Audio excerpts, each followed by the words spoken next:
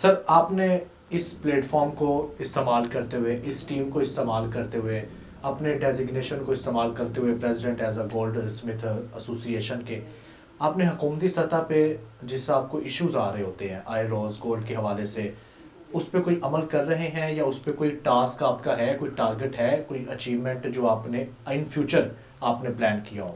جی میں تو جیسے کہ میں نے شروع میں ہی آپ سے عرض کی ہے کہ حکومتی سطح پہ کبھی بھی ہمارے کاروبار کو کوئی سرپرستی حاصل نہیں ہوئی، تو میں تو یہی چاہتا ہوں اور یہی سمجھتا ہوں کہ گورنمنٹ کو چاہیے کہ اس کاروبار کو بھی اون کرے، اس سے ان کو ٹیکس بھی جنریٹ ہوتا ہے، اور میرے پاس تو منصوبے ایسے موجود ہیں جس پر گورنمنٹ بہت زیادہ ٹیکس جنریٹ کر سکتی ہے۔ اگر ہم اپنے کام کو ایکسپورٹ، ہماری جو ہے نا بہت تھوڑی سی ہے، تقریباً 10 ملین کی ایکسپورٹ ہوگی ایک سال کی، جو کہ کچھ بھی نہیں ہے گولڈ کے ریٹ کے حوالے سے نا،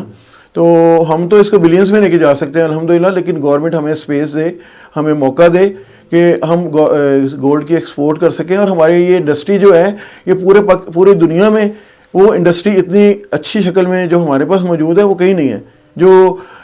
ہینڈ کرافٹ شپ ہوتی ہے نا وہ صرف ہمارے پاس ہے پوری دنیا کے اندر، یا آپ سمجھ لیں اس میں ہمارے اس ایریے میں ہوگی،